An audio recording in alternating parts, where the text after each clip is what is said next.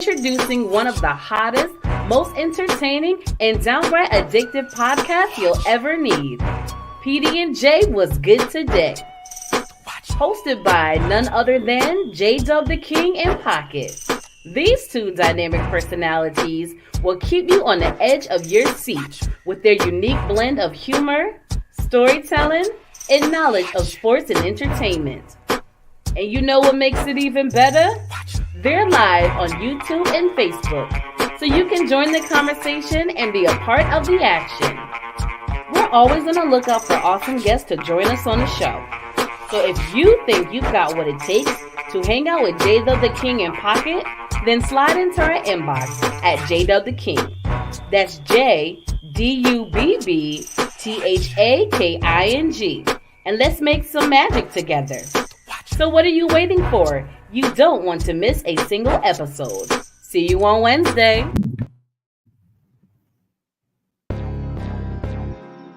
Don't miss out on the exclusive limited edition You Gon' Know Me t-shirts.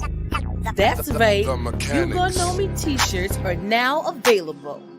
Be sure to reach out to J-Dub the King to secure your very own t-shirt today. You can contact J-Dub the King via social media at J-Dub the King or through email at jdubtheking@gmail.com. But that's not all. While you're at it, make sure to keep up the hype by streaming the hit single You Gon' Know Me by J-Dub the King featuring Yuckmouth and Drew on all major digital platforms. Let's keep the momentum going. What up? What's good? What's good? What's good? You already know what it is. It's a brand new Wednesday, brand new week, brand new episode of PD&J. What's good today? I'm your host, Jay. This shit was nasty, man. What the fuck? Why you let me do that? You did it. Mike. What's up, Mike? What's up, folks? Oh my God, that aftertaste. Jesus. What did you do? Tell people what you did. Nah.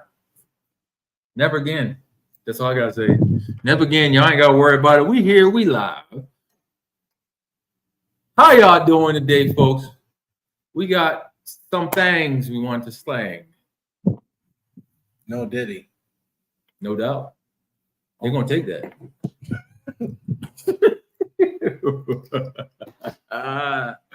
What's good? Oh yeah. You got to kind of give them a peek, dude. They can't see that. Oh, they saw the commercial. It's all good. Yeah, they saw the commercial, but they didn't see it actually. I'm not doing that. They're not doing the advertisements. Nah, we're not. The advertisements, excuse me. It's not advertisements. Advertisements. Yes. Okay. All right. So let's jump right into it. There's a lot that's happened over the week, right? Man, especially on Sunday. Sunday was a day to.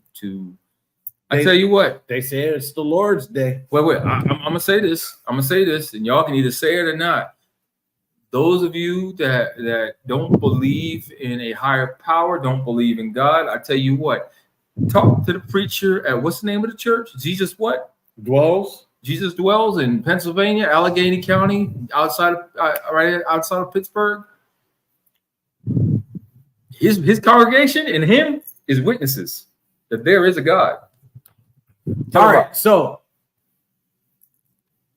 back in the day, tune into prior episodes, we talked about Bishop Lamar Whitehead. If you guys don't know who that is, go ahead and Google him.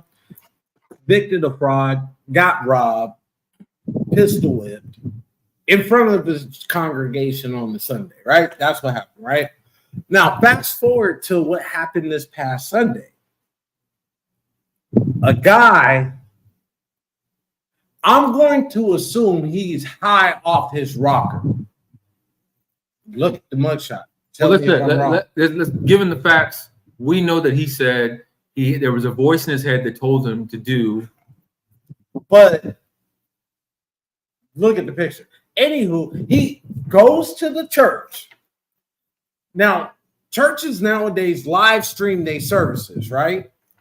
So the church is live streaming their service, pastors up there preaching, so on and so forth. And the guy walks into the church, walks up to the pulpit, pulls out a gun. Not only does he pull out the gun, but he pulls the trigger. Nothing happens. Gun gets jammed. Then the cameraman comes and tackles him and they disarm him and so on and so forth, right? But it doesn't stop there. After relatives have heard what this man has done, now keep in mind, he's 24 years old. 24 years old. Relatives go to the home and they find his dead cousin who's 56. They called him uncle. Dead, shot, killed by the same man that went and tried to kill the pastor. And obviously with the same gun. So all of a sudden the gun just stopped. People will say that's just a coincidence. I hate to tell you, the bullet they say was lodged. It was jammed in the chamber. Now I got a couple of questions, right? I got a couple of questions. There's a couple of people. There's the saints and the ain'ts. But I got a couple of questions, right? We seen what happened to other churches when churches got shot up, right? To the point where there's some churches that allowed members of the board, the church board, to carry firearms during church services. We've seen that now, right? Let me speak on that the correct way. It's not allowed. It's just not talked about. It's known, but it's not talked about. It's that hidden. Well, we don't need to see it. Well, we need to know if we don't need to know if you got it, and we don't need to see it unless you have to. Now, my question is, how the hell did he get that close? Because in the video, you see him walking to the pulpit with the gun. It's not he doesn't have it like that. Because when he's walking, when he gets close enough, he starts doing like this. So that's how he gets close enough. Because you got to think with a lot of churches, if you watch a lot of stream service, you'll see people go up to the pulpit and throw money or something on the pulpit, stuff like that. So it's not about him getting to the pulpit. It's not about him because he didn't have the gun drawn getting to the pulpit. He didn't have the gun drawn until he got close enough. He was in the motion. And the other crazy part about it, based off witness testimony, and that's why I bring up that question. Based off witness testimony, two things. One, they've never seen him in that church before. And two, he never sat down. He walked into the church, walked up to the pulpit, pulled the gun. I'm sorry, me being the paranoid individual that I am, right? If I'm in a setting and I just see you walk in to an establishment or a church, and the first thing you're doing is walking up to that pulpit, the first instinct I got is, for one, make sure that my family is put away, tucked and safe, because something's about to go down. That's just the paranoia in me. I don't know how everybody else thinks, but that's just paranoia in me. I don't know. It's just crazy. But so the guy is charged formally now with criminal homicide in the first degree, attempted homicide, aggravated battery, and aggravated assault. And now he'll be charged with murder. That's why I said the criminal homicide, first degree. And at first, all they charged him with was the criminal attempted homicide, aggravated battery, and aggravated assault. Now you add on the criminal homicide. They wasn't giving him bail in the first. And here's another thing. They're based off reports, they're saying he still doesn't have a lawyer. And nobody want to take the case. You're going to give it. Probably going to get a public defender. I mean, I don't. But the whole thing is, by him claiming insanity, I mean, he's got. We don't know if he's claiming insanity. He don't have a lawyer. The whole thing is claiming insanity is basically admission of I heard voices in my head. What does that say? That doesn't say I'm sane enough to stand trial. That says I've got mental problems. So therefore, claiming insanity. You and I would think like that, but on pen and paper, the law don't look at it. That's the way the law will look at it. But they're not going to do anything with them right now because of that. Now they're going to give him public defender. The public defender's got to go through all that bullshit of going through all that. But the boast of it is, if you don't think there's a God, I don't know what to tell you. But I will say this, to speak to what you said, how does somebody walk in completely up there? I'm going to say this. A lot of churches don't do what I've done. My wife has seen me do it. I've given a church instructions. I've showed them on what to look for, certain things to look for. You can't be so high caught up in the service that everybody caught up in the service. Ain't nobody watching people walk in the church. Come on, man. You can't do it. You can't do it. There has to be somebody on alert at all times. All times. Truly, you don't know what's going on. Truly, you're right. He's gonna do his time in the mental asylum. Yeah, he'll do it. He'll do it there. And they're gonna kick him. They'll probably give him 7 years as long as he proves that he's mentally capable. Honestly, I always say I don't speak on too much on the system. When people ask me an opinion of what somebody's gonna get, I don't speak on it because the system it has done weights and balances. But you can't tell me that it's not flawed, though. I didn't say it wasn't flawed. I said it's own weights and balances. Yeah. There's no system in this world that's not flawed. And that's judicial, that's work, that's everything. There's no algorithms. Every system's flawed. There's not a perfect system out there. Not even crypto. No perfect system. Sorry. So we dealt with that.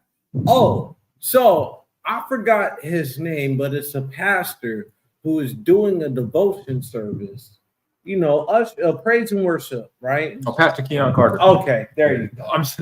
There you go. Go ahead. Go and tell the story because I have insight on this. So go ahead. Well, me too, and I have my feelings about it too, but I keep my opinions to myself when it comes to situations like that because both sides of the spectrum I understand. Now, here's what happened. It's during the praise and worship time of the service, right? There's a woman hollering in the background as he's trying to usher in the spirit for praise and worship. He goes to the extent of stopping the praise and worship and saying, I'm paraphrasing, bitch, you need to shut up. All he said was hush. Hush, stop that right now. That's what he said. Just tell it like it is. He said, hush, stop that right now. And so here's the problem. It was only a snippet, so you don't have the context, right, of how this transitioned and came about. You just get that snippet because that's what they show you on social media. Exactly, right? And what did social media do? They blew it up. It went viral. He's condemned for this. He's done for that. But there are some people that's on his side at the same time saying, I understand why you did this. I understand why you did that. My position is this, and I'm going to let you talk. Growing up in the church, right, there's a time and a place for everything. There are such things as distractions. Repeat that. Repeat that. That's important. Repeat it. There's a time and a place for everything, right? One more time. Nah, they heard it. One more time. There's a reason why. Because when I go into my spiel, you're gonna understand it. It's gonna. Now, I get it, right? Time and place for everything. You're in praise and worship. Everybody feels the spirit differently. I get all that. Sometimes you gotta hoop. Sometimes you gotta holler. Sometimes you gotta shout. Sometimes you gotta run. I get all that.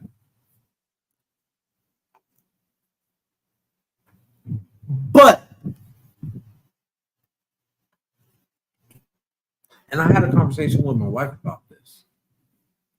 Everybody's stuck in their own world, right?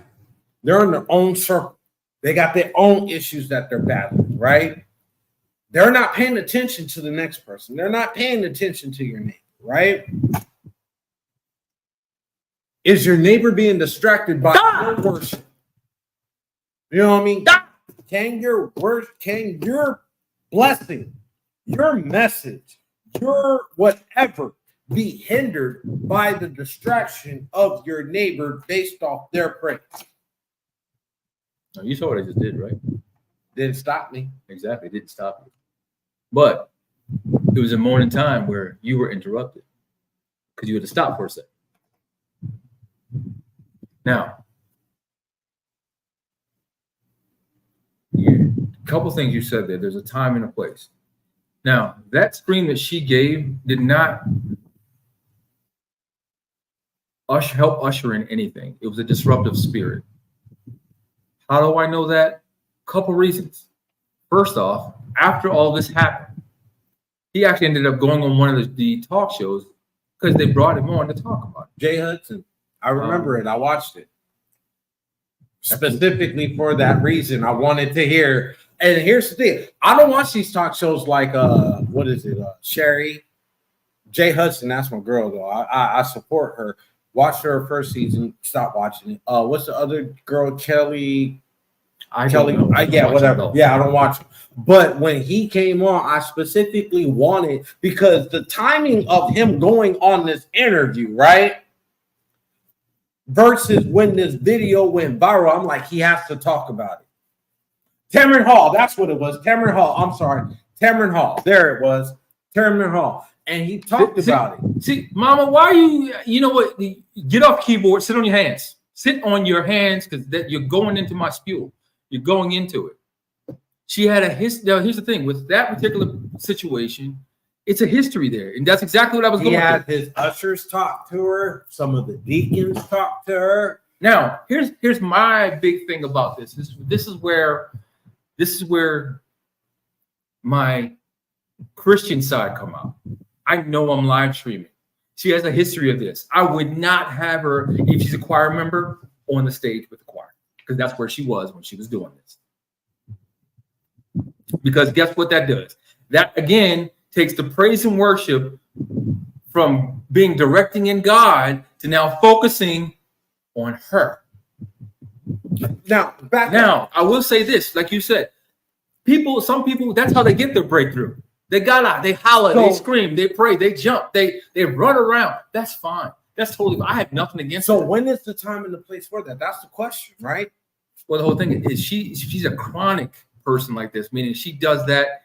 It honestly, I'll say this right off the bat. Attention. Because there's a difference. You can hear somebody when they're in the spirit. You can tell a difference when it's a Holy Ghost scream and just a scream for attention. You can hear it with your spiritual ear. You can hear the difference. Especially during praise and worship, you can hear the difference. Because guess what? How you know the difference? If your spirit is not interrupted and you're still focused on the praise and worship and not interrupted from the curling scream of somebody sitting next to you, then you know that it is definitely a spiritual scream. But anytime somebody's screaming next to you, you're like, oh my God, what the heck is wrong with you? You all right? You need some water?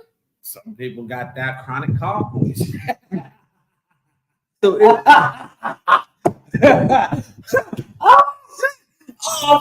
I'm sorry, but you got some of them people, really, like I said, I grew up in the church, right? I've seen a lot of things happen in the church. I've seen people I've gone to the extent of seeing in an apostolic church, right? You know, when they had your devotion period, come up to the altar and this, that, and everything else, right? After the sermon, right? Woman slithered herself up to the altar. One of many things that I've seen as far as what are you saying? You keep saying it. You say it. Spiritual distractions within the church, right? So when it comes down to it, we talk about this all the time. We talked about it a couple weeks ago as far as like the church can go to hell, right? The book. I'm not the book. You still haven't said what you seen. Various different things. Like I said, from pastors having affairs with the first lady, or not the first lady, their assistant to the first lady, and like various different things. It's a distraction from what you're trying to get out of the body of church, right? The body of Christ, not church, because the church is within you. So you're trying to get it out of the body of Christ. So I understand what you're saying. The problem that I have is that with all these distractions that you see that happens in the church, it deters from coming to the church. Here's what I have to say about that. Now, I say this again, like I said last week, and I'll keep saying it over and over again. People are going to find a reason not to go to church. I don't like the way that person looks at me. I don't like what that person wears. I don't like the way you're preaching. I don't like this. You know what? Then find a reason to go to church. Everybody wants to look for a reason not to. Find a reason to go. I'm not going to sit here and condone what you said with it. That's why people don't go to church. No, people will find the littlest reason not to go to church. The one thing I will say, no church that I have seen lately has talked about how to get in. They tell you how to stay out. I say it again. There's no church that I've seen recently that has taught you how to get in. They teach you so much about what not to do. They don't teach you what to do. They don't tell you how to build a relationship with God. They tell you what to avoid to not have a relationship with God. You understand what I'm saying?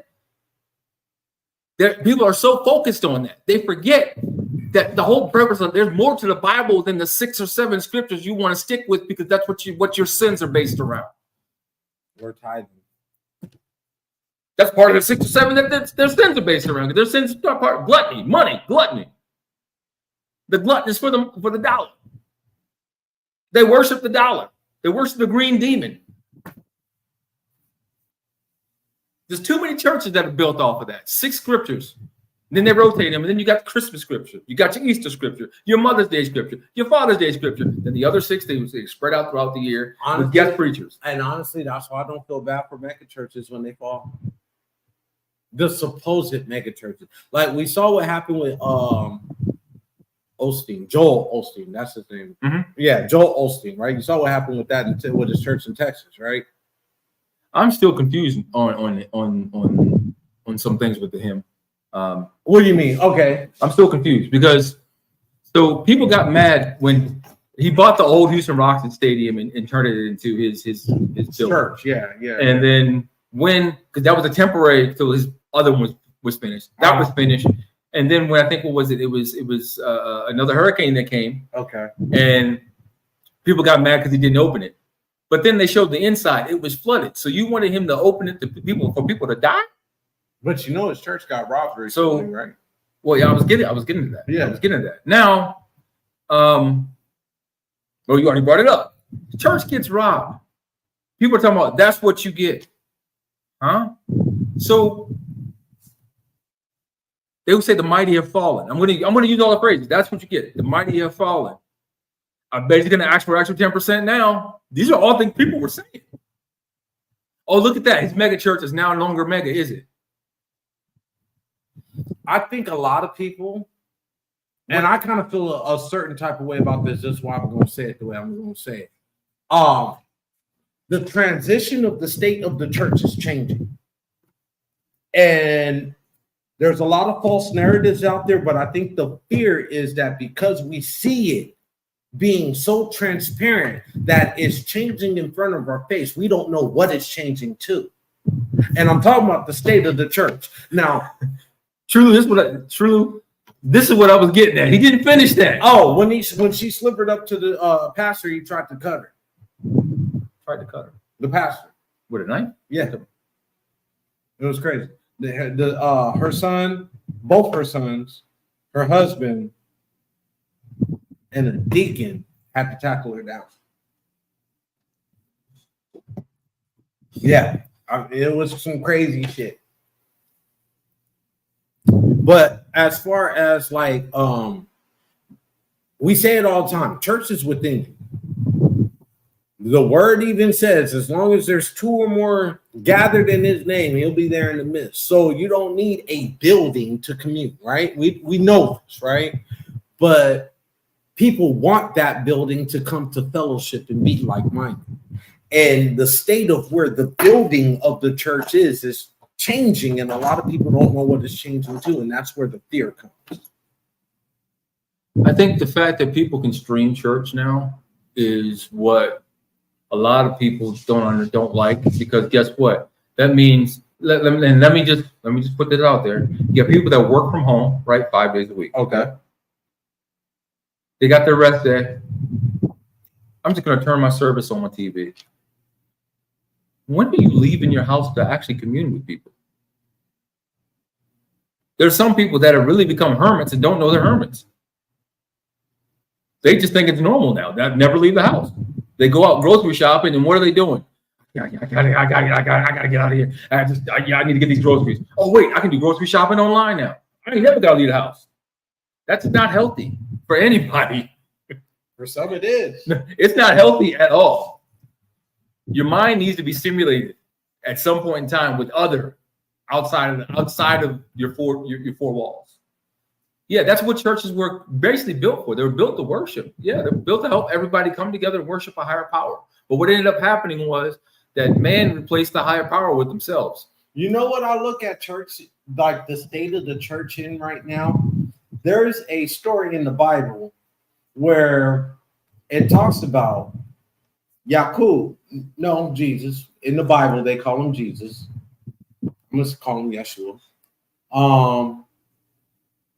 Walks into the church, and the church is turned into a swap meet.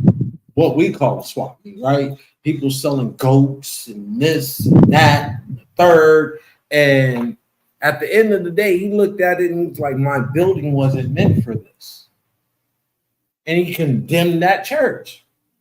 Yeah, he said, you desecrated this holy place. Exactly. What are y'all doing? He turned out. That's where I mentally see the state of church today. It's a big swap meet. It's for sale. Anything's for sale. You're in line because there's some churches, they sit there selling CDs and everything else right in the service, right outside the T-shirts, CDs, DVDs. So here's my thought, and this is just me. So you're asking everybody for 10%, right? Yeah. But you selling shirts and stuff outside. So do you really need my 10%? That's just a thought behind people not wanting to go in the building. No matter what I do, you're going to ask me for money that I don't have. I'm already goddamn struggling. 9 times out of 10, people go to church. Why? Because they need a spiritual awakening, or they're struggling at life and need redirection, or need focus, or understanding of their life. Either way, they're broken, battered, tattered, and bruised. Or another thing that I've seen recently, because what's funny to me, no, actually, I'm not going to say funny. What's interesting to me, do you people not see what's happening in sports? Be more specific with that. CJ Stroud, Lamar Jackson,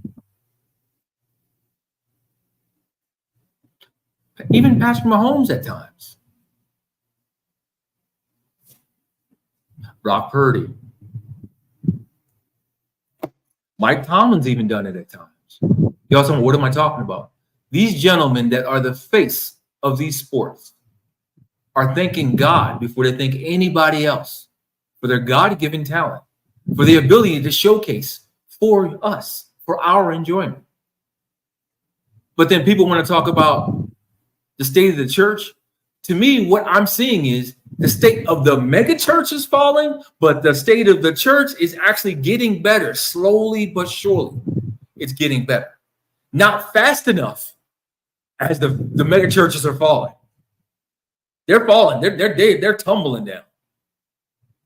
Because now people are starting to realize, like you said, it's everywhere. Dang, Pastor got a Bentley. Oh, wow, Pastor got a Cybertruck. Okay, let me try and get on that thing. What he doing? Anybody know what Pastor make? Oh, he just gets a love offering from the church of $14,000 a month for his expenditures. Oh, wow. Well, and then now you don't really need my 10% to do it. And then nowadays, no, not only that, we see the corruptionists within churches, right? And I'll be more specific, right? Let's go back a little bit, right? Lamar Whitehead. Let's go right. He's a perfect example. Perfect front and former. You don't have to go to theology school to get certified. To get your doctorates. You don't.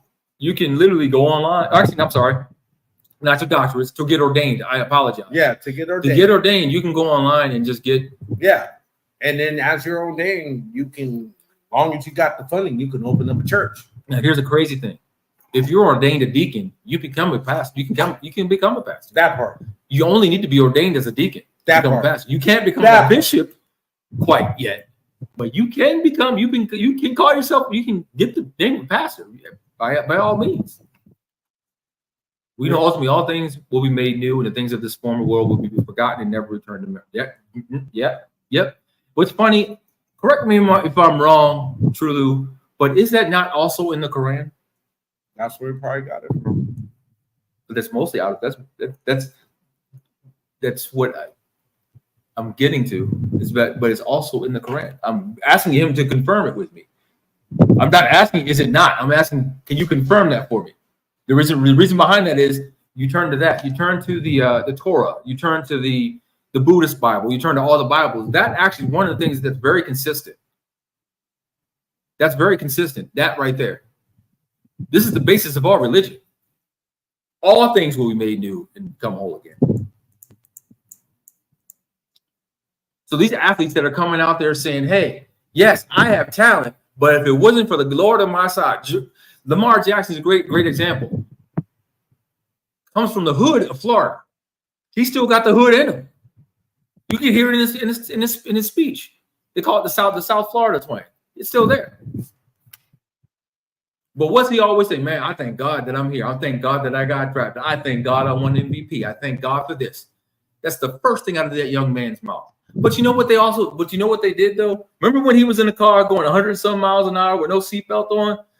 Oh, you ain't no real. What is this? You're supposed to be a man of the people. You can't be doing that stuff. No, I'll give you a better example, right?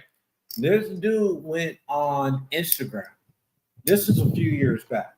He went on Instagram on a live stream, and this video went viral. And it made me really look at him and atheists and question their position, right? So I think he's in Kentucky or Nebraska, one of those two states. And there's a major thunderstorm that's going on, right? Hey, we talked about Thunder's going on all around him and everything like that. He's like, I don't believe in God. This is just natural. This is world science, this, that, and there. Because if there was a God, there would be a lightning strike right on my car in 3, 2. Well, not on his car. Like it was lightning and thunder or something like that. You had thunder right now or something like that. He counted 3, down 2, 1, and it struck. Not only did it struck, but it struck right next to his car. And he looked at it. He looked at the camera. He paused for a moment. He was all like, I think I need to rethink my hypothesis. God doesn't play when you challenge him, he'll take it. My whole thing is people are confused with him because I get it. The Bible's very confusing. It's not confusing, it's contradictory. But is it? Is it really contradictory? Because remember we talked about that before, and I showed you that how it wasn't contradictory. It's a lesson in everything that's being told in that Bible. Correct. There's a lesson in everything being told. Have everything, it makes it contradicting. We know the Bible isn't complete. We know this, right? So when you take other stuff that was supposed to be included in this book called the Bible, it raises more questions than gives you answers. You know what's funny? I'm trying to think of it was Mel Brooks in the 70s had this movie, and it was supposed to he played the part of Moses. He went to the top of the mountain. And I mentioned this for a reason. So he goes up there and he gets apparently he has 20 commandments, right? He's got 2 tablets. Yeah. So he turns around, he's coming down the mountain, he's like, hey, God has given me 20 rules to live by. Boom, he falls. The one tablet breaks. I saw that. Well, we got 10. Well, we got 10. I saw that. I remember that. I bring it up to say this. You don't think he has a sense of humor? You don't think that he's not vengeful? You think he's not all forgiving? Think about that. How many emotions is that right there? That would almost, the average human is considered bipolar when you have all those emotions going on, right? What are you or multiple personal. So what you trying to say? I'm trying to think. What I'm trying to tell you is, regardless if you put all the pieces of the Bible, bipolar, not on air. regardless if you put all the pieces in the Bible together and you want to say it's contradicting, that's God. He's all of that in one. Whatever you read about him, that's what he is. Unfortunately, people aren't that way. What do I mean? We read about Mr. Swallowed Up. We read about what's his name? Joel Osteen. We'll be back. Hey, you. Me? Yes, you. Are you ready to take your brand to the next level? Hell yeah! GLM Designs can help you with just that. Word? From laptop skins? You lying. Promotional flyers. Yo, son! Promo videos? I need that. OBS Twitch overlays and backgrounds. Hey, yo, let me get that. Professional one sheets and so much more. Oh my God. Please visit our website, I'm on it right now. GottaLoveMeWorld.com today to check out our designs. Get it! Follow us on social media at Gotta Love Me World. Follow it! GLM Designs are here to take care of all your graphic needs.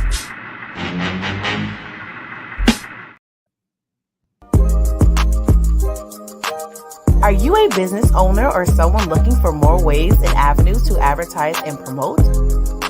Look no further. Contact us today for an advertisement.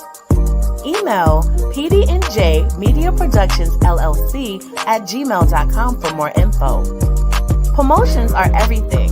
What are you waiting for?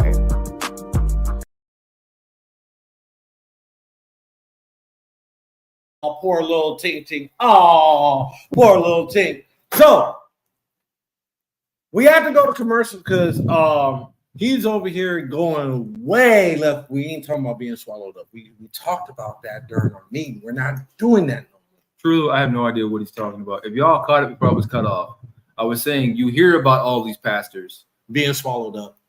That's not what I said. I was just didn't want to call him Bishop Jakes, but if you want to call him Bishop Jakes, I call him Bishop Jakes.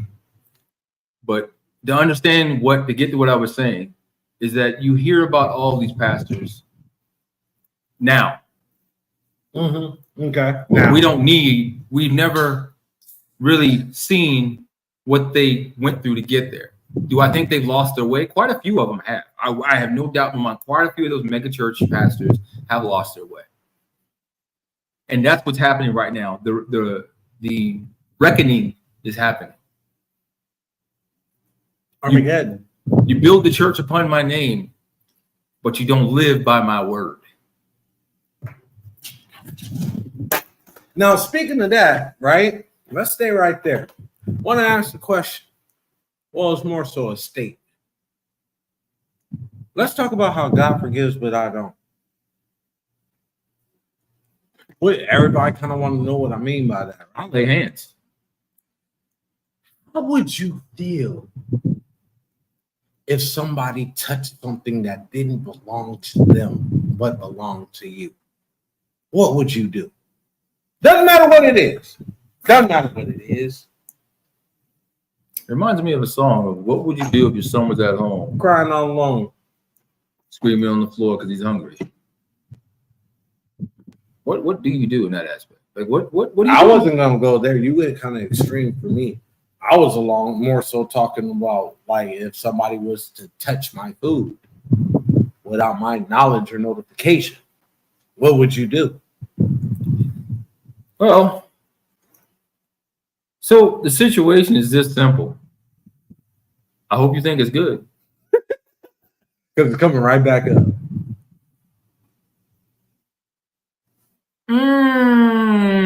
Mike, oh boy. See, He said everything I just said.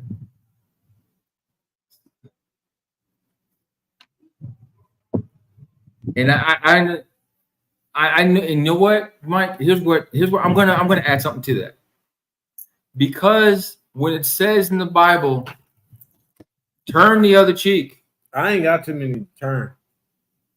Last I checked, we only got 2 cheeks. Well, 4 if you want to count the ones on your face. I only got 2 that I'm turning.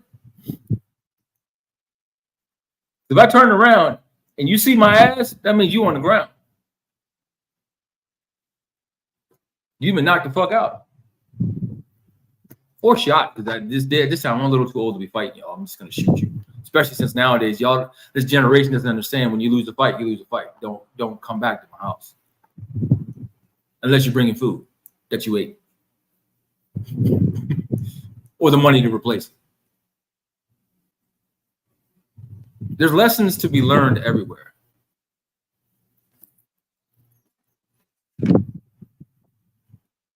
I could let y'all just go in the comments. This is right. It's not impossible, but it's hard as hell. You ain't lying, man. You have no.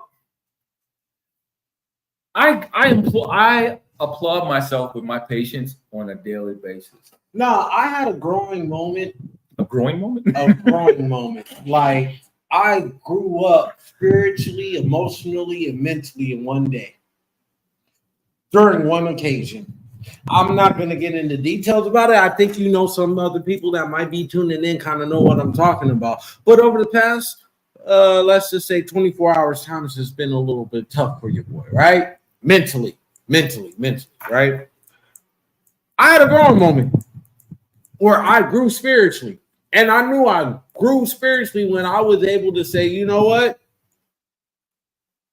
I'm mad now. But fuck it. That's growth. That's growth. Because some people still hold grudges till this day.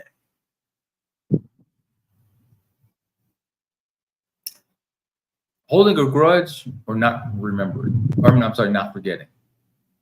No, holding a grudge. Holding a grudge. Like, I get I see where you're coming from and I know the difference, but yeah. I guess, question, do y'all know the difference between that? Holding a grudge or just not remembering? What I mean by that is holding a grudge or not letting go. That's basically what he means by that. I keep saying not remembering, not forgetting. I try not. I've been working on this for years because there are certain people that just know that button to push with me. I try not to hold grudges. I don't want ulcers. You're laughing, but I don't. I got kids to live for. I got a life to live. We have a fan base to grow. I've got growing to do spiritually. Yes, you do. I ain't ready for it. So you want to cross the line? Like I said, God forgives, I don't. It goes back to this right here. It's not impossible, but it's hard. So for every 2 steps, please, y'all, don't make me take 3 steps back. I didn't say 1, I said 3. If I take 3 steps backward, my wife gonna be mad. First of all, she gotta get me out of jail. He's gonna be mad because he's probably gonna have to hear it from her on the way to get me out of jail. And my kids ain't gonna understand why daddy's in jail. And everybody else can be like, see, you shouldn't have did that. Now he's in jail. I'm just gonna tell you, everybody in my family know. They look, this is how the financial budget in not my household, but my family works. And I'm including my mom and my sister. Love you, Mom. Bills, savings, Jay's Bell. Because they know. Don't call me unless you want me to do something about it. Now, at the end of the day, if you want me to do something about it, you might not like my methods, but you're going to appreciate the results. And I saw that. Are you okay? That hurt, huh? That hurt. That was a awakening moment. Oh, shit. That was a awakening moment. Speaking of distractions, shoot. Tell them what you just did. So, those of y'all don't know, I've had this in my hand. He's been playing with this goddamn clip all goddamn show. All show. So I just clipped my ring and my finger together. It doesn't feel good. Awakening moment. Won't happen again. So we got some time left. What do y'all want to talk about? Actually, you know what? We've gotten away from our sports for over a month. Fuck sports, man. This year is about growth and controversy. Y'all see that? Man. The reason why I don't want to talk sports, they got this shirt on. Man. I'll just let, if y'all want to know why. How many games the Yankees beat the Orioles today? So let's talk about basketball and playoffs. Fuck baseball right now. We ain't even there because we're not there yet. We're not there yet. Oh, we're not even at All-Star break yet. We don't need to be. Shit. We got an MVP candidate. You're gonna fall. The Baltimore Orioles always end up going on a 15-game losing streak somewhere in the season. Didn't happen last year. Didn't happen the year before that. So where are you getting your information Oh, from? that's gonna happen this year then. Okay, 15 games, huh? It's gonna happen this year. I ain't bet you because it's gonna take a while to pay up. So. Man, so I want to talk basketball, and I think if we want to go sports, I'm gonna talk basketball. And Actually, I like I got a question for Mike. No, fuck that. How do you feel about your draft? Let me finish. Let me. You drag it too long. How I feel about my draft was awesome. But going back to basketball, Anthony Edwards, Karl Anthony Towns, Rudy Gobert, and the Minnesota Timberwolves might go all the way. Oh, they're the favorites now. They about to take out Denver, bro. I think they're playing tonight. I think they're gonna sweep them. Not tonight. I think it's game 3 tonight. But here's my thing on it though. And they're playing in Minnesota. Yeah. What does Minnesota have? What's the blueprint Minnesota's using to stop them? To stop Denver. Okay. What's the blueprint they're using? They're tough defense. And then they have a superstar guard. Hold on, Mike. What you mean you're not happy with the Bears at all? Oh, wait. Whoa. Let's go back. So you got the proverbial best quarterback on. I think the Bears had a decent. They did what they were supposed to do. Was it an outstanding draft? Was it an awesome draft? Something to put them over the top? No. But did they do what they were supposed to do to be a contender this year? I think so. And you got room to grow. They can make some trades. I like what you're saying. And I think I see what he's saying because they could have done all this with Justin Fields.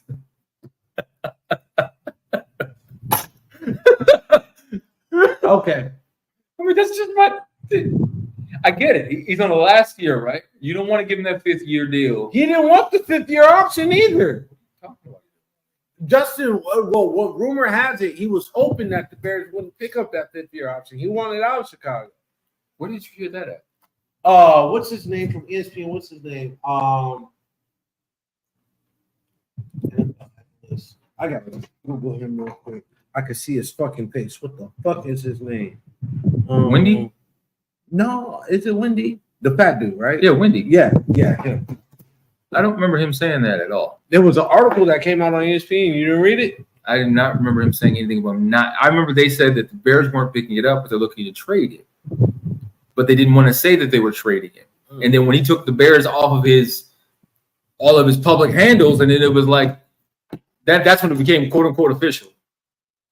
Okay, hold on. He says no, they did not. They let go just like you said. I think the guy is going to.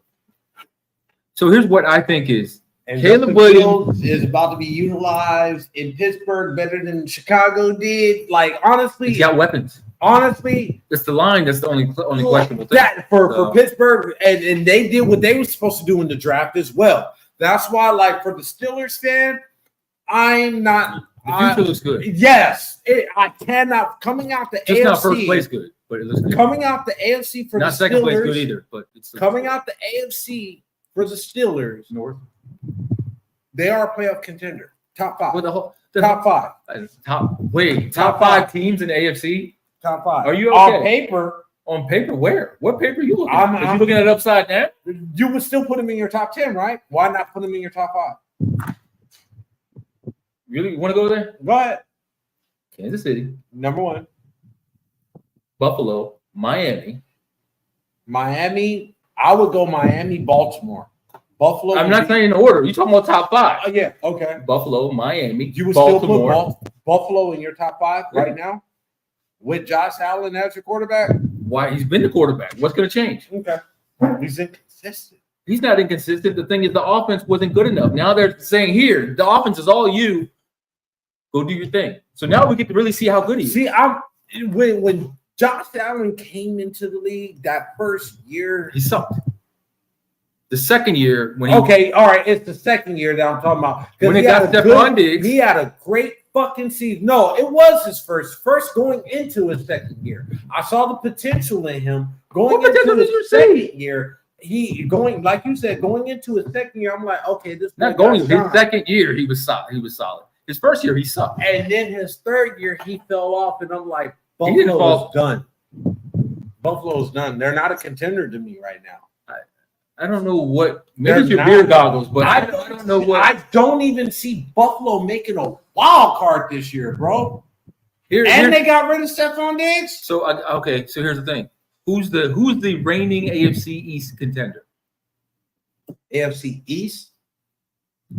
Okay, that's Buffalo's division: Buffalo, New England, New York Jets, and Miami. That's the AFC East. So out of that one, who won the AFC last year? Who won it for the past 4 years? Now, I will give you credit on that point right there, but I will say the caveat is we never know what would have happened with the AFC East if Rodgers didn't go down for the Jets. I want to see what the Jets are going to do this year. I can tell you what would have happened. The same thing that's been happening. You think so? They have no offensive line. Okay. So it was just a matter of time before he went down. They had no backup quarterback. Not the first play of the first game. They had no backup quarterback. And the non-contact. You wouldn't expect that. Come on, Rodgers. Like, let's get rid of the mushrooms. Like, first play, first game, first drive, non-contact injury, done for the season. Like, come on. Nobody expected that. Nobody did. But the whole thing is, it was just a matter of time behind that offensive line. He was going down. They had no backup quarterback. This year, they're in a better situation. They have a decent backup quarterback. Yeah. If Aaron Rodgers I want to see what the Jets are going to do in their division this year. And then also the rookie quarterback they drafted, they're talking about, even Aaron Rodgers is giddy about this guy. You know what team in the NFL I'm still trying to make sense of right now? Don't tell me Atlanta. I'm tired of hearing about that. I'm sorry. I'm still trying to make sense of that. I'm not. It made sense to me. It makes perfect sense. Here's why. Cousins is coming off an ACL injury. I get that. So, and you don't know what you're going to get. That's not where I'm going. Your offensive line was last year. Okay. So therefore, you're in a situation where you just came out of there with two subpar quarterbacks. Okay. That you kept rotating in and out, situational. That didn't work for you. Where you come out with a guy from Bo Penix, Penix, who is actually a really smart football guy. He is. He's intellectually smart. And he can go into any system. He was in learning. So you're giving him at least, right now he signs a rookie deal, he gets the playbook. He's studying. He's working out. He's understanding. You only maybe will get 2 good years, if that, out of Cousins. But we don't know with this ACL injury, because the ACL injury takes him. And that's where I'm getting at. So what I'm confused about that whole fucking situation. Why offer this man a $180 million contract with $100 million guaranteed? Why? That part doesn't make sense to me. Well, it wouldn't have made sense if it was after the draft. It was before the draft, before their pick came up, and their number 2 quarterback that they had rated was available. People don't want to look at why did they draft him. They don't need a quarterback. Actually, you do need at least 2 good quarterbacks. Yeah, I get all that. I'm not worried. Like, I don't have a problem with Atlanta drafting a quarterback. I don't, especially when you don't know what you're getting out of Kirk Cousins.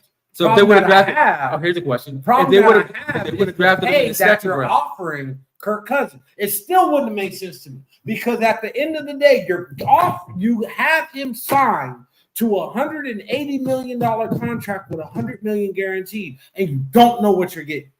How the fuck are you going to get your money's worth? How? You can't play him. And if you do play him, and you get injured, they're stuck in the fucking Russell Wilson situation. No, they're not. You don't think so? They insured the contract. That's what we don't know, though. They did insure that contract. You can guarantee he's coming anytime.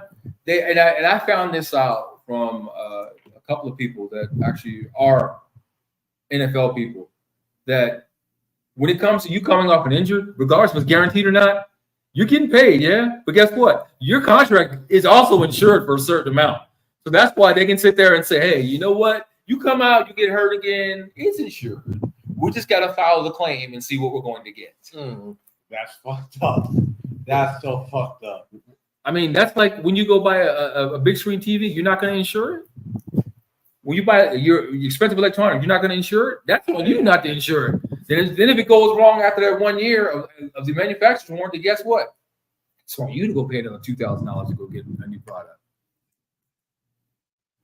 I would rather have the warranty saying that, hey, it's only going to not going to cost me anything with that extended warranty. I'd have to come out of pocket maybe a few dollars if I want to do another extended warranty. Okay, so let's say Kurt doesn't show up, not injured, but he just doesn't show up. He doesn't produce. You're still out $100 million. He's playing. The thing is, you got a rookie, so you're not paying that much to him. Okay, that's $100. You can't. We'll say, what is it, $50 million a year? Okay, you got to eat that. But guess what? Your other quarterback, whatever the rookie scale is for the 8th round pick, it's not that bad of a deal then. He ain't living up to his thing. Well, you going to the bench. We'll just play the rookie.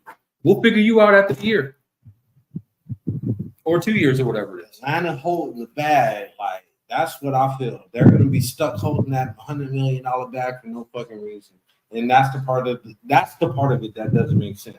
Like I get why they drafted the quarterback in the first round, right? I get that. It's who you wanted. Exactly, right? No doubt about it. But Kirk Cousins, like his agent was a motherfucker. He had a good agent. It wasn't his agent. It was just him. You don't think Kirk Cousins had a good agent to negotiate that deal? It wasn't him to go. Here's what Kirk said repeatedly. If you remember, even when he was doing the guaranteed contracts with, the franchise contracts with Washington. He told his agent, "You do not get me an extension. I'll just do the franchise and play on it." After that, he's like, oh, "This is what I'm looking for, guaranteed wise." You stay right there though. When he was playing that franchise contract, right, with Washington, right, and then what was the team right after Washington? Because he's a journeyman, right? Well, no, he's not a journeyman. But he only played Washington, Minnesota, and now Atlanta. He played for one more team. But he was drafted by Washington. But what I was the point that I was getting to was when those franchise contracts came up, right? That was the best I ever seen him play in his whole entire career. The best he ever played was last year because he was on MVP total till he got hurt. You think so? Last year? Look at his numbers. He was tops in just about every category. And you can't help it when you got Justin Jefferson. He was on Jaguars. That's what it was. He was on the Jaguars too. He 2012 draft pick, back up to RG3. So you're right. He did get drafted to Washington. What are you talking about? He was never on the Jaguars. You just looked at it. No, that's not him in a Jaguars jersey. That's Trevor Lawrence in a Jaguar jersey. Talking about they might do a trade. Oh, this is Redding. Fuck Redding. I don't like them anyway. But yeah, so their third string quarterback got waived. You heard that, right? Yeah, I forgot that guy's name. Yeah, me too. Me too. He was like, there was some big story on him too. But my whole thing is like the NFL draft this year was actually a decent draft. Depending on what team. Now the Cowboys, you done dropped the ball this year. All Cowboys fans don't say shit. All Cowboys fans don't have a right to say shit this year, bro. Y'all got Ezekiel Elliott. You're going to Super Bowl. Oh, for a 1 year deal. And then they're talking about trading. What's his name for? I'm not that. Not CD. They trying to get up because Pittsburgh is trying to trade Najee Harris to the Cowboys. Pollard? No, it's not Pollard. Who the fuck is it? I forgot. But I know you. Yeah, I can't think of you. But going back to the NBA playoffs this year, I'm glad. I'm honestly glad that there's no LeBron, there's no Steph, there's no KD this year. No, I'm glad. Playoffs. He's not in this round. He was in the playoffs. He's just not. So, got to call that it. There's no cap. No cap. Yeah, cap. Steady, KD, Steph. Yeah. But here's what I want to say. If y'all have not, go back and look at Anthony Edwards' shot. I was watching him the other night. And I was like, holy cow, his shot is exactly at the high point arch of Jordan. I'm not saying he's like Jordan. Just watch his shot. A lot of people are saying that he is the second coming to Kobe. And they're saying that his game has got a mixture of MJ and Kobe together. That's not saying anything. Kobe's game was a mixture of MJ. So that's not. If you want to, here's the thing: what Kobe did that people forget about. He went to to learn the dream shape from Olajuwon and mastered that. That's when his turnaround really started getting nasty. I mean, complete nasty. When he scored the 81 against the Toronto, that was bad for business. The year he should have won MVP and they gave it to Steve Nash. That was bad for business. Politics. But yeah, you look at it, just go back. I'm telling you, I'm not saying he is Jordan. It's Jordan. His jumper is eerily similar. Even I'll say it's closer to Kobe than it is Jordan, but it looks, oh my gosh. And it's so sweet. It's just